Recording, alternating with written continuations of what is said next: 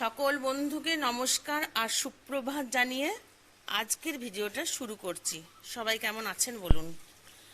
আকাশ ভীষণ মেঘলা মেঘলা, মনে তো হচ্ছে বৃষ্টি হবে। চলুন জানলা এই গাছগুলোতে একটু জল দিয়ে দিই। আর এখানে ঢাকা দিয়ে কি রেখেছি, এখানে দইটা রেখেছি। একদিন আপনাদের সঙ্গে শেয়ার করেছিলাম, দই যদি না জমে তাহলে এরকম বাইরে রোদ্রে এনে রাখলে জমে যায়। এটা আমি পাঞ্জাবে দেখেছিলাম। চলুন ওইদিকে কাঠের মিস্ত্রি লাগিয়েছি, কি হচ্ছে আপনাদের সঙ্গে শেয়ার করি। এখানে হচ্ছে একটা ঠাকুরের সিংহাসন, দেশের বাড়ি পাঠাবো। আকাশ ভীষণ মেঘলা মেঘলা, গরম তার জন্য বেশি করছে। বৃষ্টি হবে বলছে তো কালকে, জানি না বৃষ্টি হবে কি না। বৃষ্টি হলে একটু স্বস্তি পাওয়া যাবে। হ্যাঁ বন্ধুরা, লিকার চা খেয়েছি, এবারে খাবো একটু দুধ চা। বেটা ঘুম থেকে উঠেছে, চলো।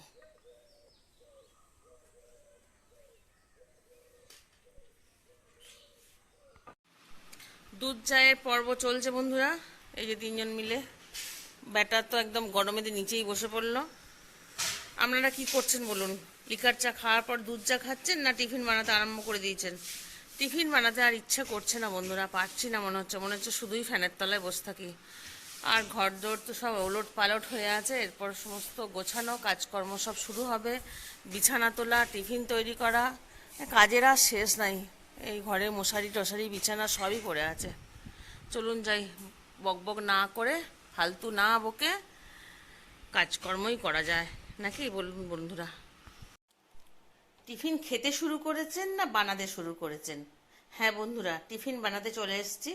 একটু আলু কুচিয়ে নিয়েছি, ওখানে বেসন ফাটিয়ে নিয়েছি, বেসনে নুন দিয়ে লঙ্কা দিয়ে রেখে দিয়েছি। আর দিয়ে দেবো ওপর থেকে একটু কুসুম। দাঁড়ান, মিস্ত্রি আবার একটু শরবত খেতে চাইছে। কালকে একটু শরবত করে দিয়েছিলাম, দেখছেন তো গলার অবস্থা। ওই ঠান্ডা জলে একটু করে খাচ্ছে, তাই গলা বসে যাচ্ছে। ওকে একটু শরবত করে দিয়েছিলাম কোয়াশ দিয়ে, ওর খুব ভালো লেগেছে। বলে দিদি আজকে আবার আমাকে একটু শরবত করে দাও। হ্যাঁ ঠিক আছে, চলুন যাই। এটা কড়াইটা গরম হতে দিয়েছি তেল দিয়ে, ততক্ষণে ওকে একটু শরবত দিয়ে আসি। চলুন নিন, একটু শরবত খেয়ে নিন বন্ধুরা। আমরা একটু শরবত করলাম, এই যে বেটুকে দেবো আর মিস্ত্রিকে দেবো। চলুন একটু শরবত করে খেয়ে নিন, ঠান্ডা ঠান্ডা। অরূপ,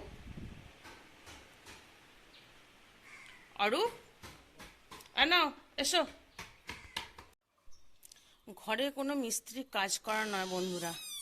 মিস্ত্রি চলে গেল, কিন্তু পুরো বাড়ি মানে একদম নোংরা হয়ে গেছে। এই ঝাড়ু পোছা এখন লাগাচ্ছি। এই যে এখানে স্ট্যান্ডগুলো লাগানো ছিল না, এরকম পর্দা স্ট্যান্ডগুলো লাগানো ছিল না। আসলে বন্ধুরা, বাড়িটা হয়েছে আমার অনেক দিন না, হয়তো 20-25 বছর হলো হয়তো। কিন্তু আমরা তো এখানে থাকতাম না, আমরা থাকতাম দুর্গাপুরে। সেই না আস্তে আস্তে একটা একটা করে কাজ করাচ্ছি। চলুন এবারে পরিষ্কার করব, তারপরে স্নান করব। চলুন যাই, পরিষ্কার করে নিই। ঝাড়ু আর পোছা তো রেখেই দিয়েছি সামনে। বিকেল হয়ে গেছে বন্ধুরা, বিকেলে ঠান্ডা ঠান্ডা হাওয়া দিচ্ছে, মনে তো হচ্ছে বৃষ্টি হবে। না না বন্ধুরা, এই গরমে কি আগুন পোয়াবো? আগুন পোয়ানোর জন্য আগুন জ্বালাইনি। এখানে কিছু কাজু বাদাম ছিল, কাজু বাদামগুলো এরম করে পুড়িয়ে, এখন তার মুড়ি ভাজা এরম সিস্টেম নেয় এদিকে। মুড়ি ভাজার খোলাতে দিলে বাদামগুলো মানে খোলা উঠে যেত।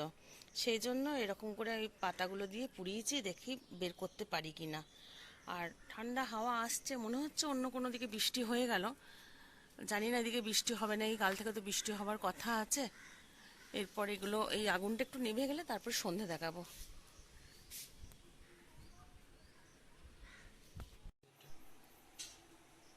বন্ধুরা টিফিন করতে চলে এসেছি, সন্ধ্যা দেখিয়ে নিয়েছি।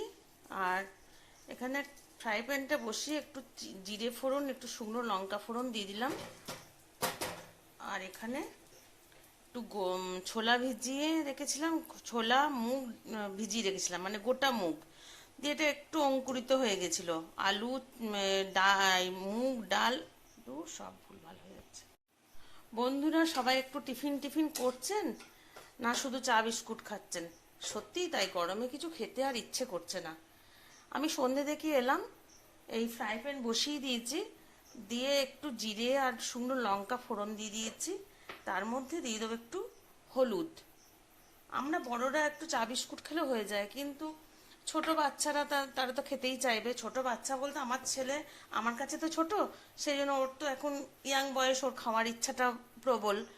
আর এখানে ছোলা ভিজিয়ে রেখেছিলাম, ছোলা, গোটা মুগ, একটু আলু সব সেদ্ধ করে নিলাম, এর মধ্যে দিয়ে দেবো আর একটু নাড়াচাড়া করে দেবো, একটু নুন দিয়ে দিলেই ও মুড়ি দিয়ে খেয়ে নেবে। চলুন আপনারা একটু টিফিন করুন, শুধু চা বিস্কুট খেলে হবে না, একটু শুকনো মুড়ি খান।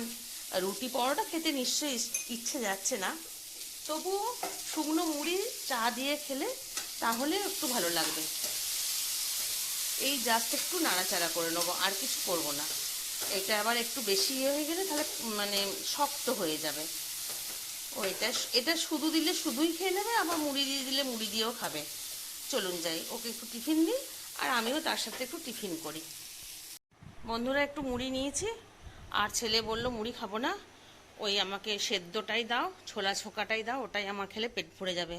আর ওইদিকে আমার দুজনে বসে আছে, মানে ঘুমাচ্ছে, ওদেরকে একটু মুড়ি দিয়ে দিই। এ টেংরি, খাবি না মুড়ি? খাবি না? দাঁড়াবি দাঁড়াবি দাঁড়াবি, চুপচাপ দাঁড়াবি, দাঁড়া। রুগ্ন, খাবি না মুড়ি? আর তো উঠতে হবে না, উঠতে হবে না, এখানে খা, এখানে খা, জানে খেয়ে নিবি, সব খেয়ে নিবি কিন্তু। ওর নাম রুগ্ন ছিল না, এত রুগ্ন হয়ে গেল, এত ভুগতে আরম্ভ করলো, শেষকালে আমি ওর নাম রেখেই দিলাম রুগ্ন। আর এ এমন হয়েছিল, ওরই বাচ্চা এটা, একদম ওকে ছোট বয়স থেকে ভিটামিন খাই খাই একটু লম্বা চওড়া করা হয়েছে। খেয়ে নিবি সব, ফেলে রাখবি না কিন্তু। হ্যাঁ হ্যাঁ, খেয়ে নেবে।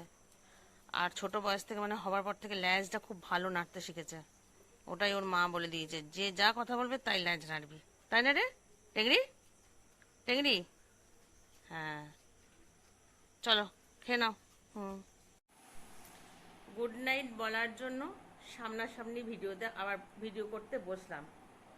এই যে সাংঘাতিকভাবে ঘাম হচ্ছে, সেই জন্য টাওয়াল নিয়ে একদম স্নান সেরে শুতে যাব। সারা রাত্রি ঘুম হয় না, রাত্রি 2-2-2:30 পর্যন্ত ছটফট করতে থাকি। ওপরে যে শোবো, ওপরেও ভীষণ গরম করে, হাওয়া দিলে তো তবে না হাওয়া দেবে, হাওয়াই দিচ্ছে না। কথা তো আছে কাল পরশুর মধ্যে বৃষ্টি হবে, দেখাই যাক ভগবানের আমাদের ওপর কৃপা হয় নাকি। কারণ আমরা তো খুব একটা ভালো কাজ করে রাখিনি যে ভগবানের কৃপা হবে। ভগবান তো বলেনি যে প্রকৃতিকে এমনি করে ধ্বংস করো তোমরা, তার জন্য ভগবানের আমাদের ওপর কৃপাও হবে না। তাহলে বন্ধুরা, রাত্রে খাওয়া দাওয়া শেষ হয়েছে না বন্ধুরা? আজ জল দেওয়া ভাত খাইনি, এই দুদিন রুটিই খাচ্ছি, কারণ প্রতিদিন আমার জল দেওয়া ভাতটাও ভালো লাগছে না। রুটি একটু আলু দিয়ে, পেঁয়াজ দিয়ে, ডিম দিয়ে একটু ভাজা হয়েছিল, আর গরম গরম বলে সব কিছু খাওয়া ছেড়ে দিতেও পারা যাচ্ছে না, কিছু কিছু সময় খেতেও হচ্ছে, সব তরকারিও আবার ভালো লাগছে না, আর মিষ্টি ছিল। আর চলুন যাই, আজকে কাঠের মিস্ত্রিকে দিয়ে কি কাজ করালাম। কাঠের মিস্ত্রিকে দিয়ে ওখানকার মানে দেশের বাড়ি নারায়ণকে বসানো আছে, আমাদের মন্দির আছে, মন্দির তৈরি হয়ে গেছে, কিন্তু মার্বেল বসাবে বলে সেখানে এখনো ঠাকুরকে নিয়ে যাওয়া হয়নি, একটা রুমেতে রাখা হয়েছে। সেইখানে দেখে এলাম ইটের ওপরে নারায়ণকে বসানো আছে, রূপোর সিংহাসনে আছে, কিন্তু সেটি ইটের ওপরে। আমার ভীষণ খারাপ লাগলো। আমি অত ঠাকুর ভক্ত বলতে পারি না, পুজো অর্চনা করা, অত ধূপ দেওয়া, অত প্রণাম করা আমার যেটা দৃষ্টিকটু লাগে সেটাই আমি করি। কারণ ঠাকুরকে আমি সুন্দরভাবে সাজিয়ে রাখবো, ফুল দিয়ে সাজাবো, যখন ফুল তুলতে পারি না ঠিক আছে, কিন্তু ঠাকুর থাকবে সবসময় পরিষ্কার পরিচ্ছন্ন, গোছানো, টিপটপ। যেমন আমি সবসময় পরিষ্কার পরিচ্ছন্ন থাকে, আমার ঠাকুরও যেন সেরকম থাকে, আমার মনের এটাই ইচ্ছা। তা আমার ভীষণ খারাপ লাগলো, তখন আমি এসে কার্পেন্টারকে ডাকলাম, দিয়ে বললাম যে এরকম একটা জল চৌকি করে দাও। করে দিয়েছে। দেখি তার সাথে সাথে আমিও ঘরে কয়েকটা জিনিস করিয়েছি, মানে এমনি সাধারণ জিনিস, আপনাদের সঙ্গে শেয়ার করে আজকের ভিডিওটা শেষ করব। এই যে বন্ধুরা, এই যে জল চৌকিটা হয়েছে, এইটার ওপরে নারায়ণের সিংহাসনটা থাকবে। আর আমি করিয়ে রেখেছি বলতে দুটো পীরের মতন করিয়েছি, যখন কিছু করব সেটা তো আপনাদের সঙ্গে শেয়ার করবই। আর এই পাটাটাকে এই চারদিকে 4টে ফুটো করে রেখেছি দড়ি দিয়ে হ্যাঙ্গিং করব বলে। আর ওখানে একটা পাইপকেও, জলের পাইপকে মানে ড্রেন করার যে পাইপগুলো হয় না, ছাদের নালি বেরোয় যেগুলো দিয়ে, সেই পাইপের টুকরো ছিল, সেটাকেও 2-3টে ফুটো করে নিয়েছি। এতে মানে টব লাগিয়ে কালার করে গাছ লাগাবো, সেটাও আপনাদের সঙ্গে শেয়ার করব। তাহলে বন্ধুরা আজকের ভিডিওটা এখানেই শেষ করি। সবাইকে গুড নাইট জানিয়ে সবাই ভালো থাকবেন, সুস্থ থাকবেন, সাবধানে থাকবেন এবং বেশি বেশি করে জল খাবেন। সবাই ভালো থাকবেন, সুস্থ থাকবেন। চলুন, টাটা, গুড নাইট।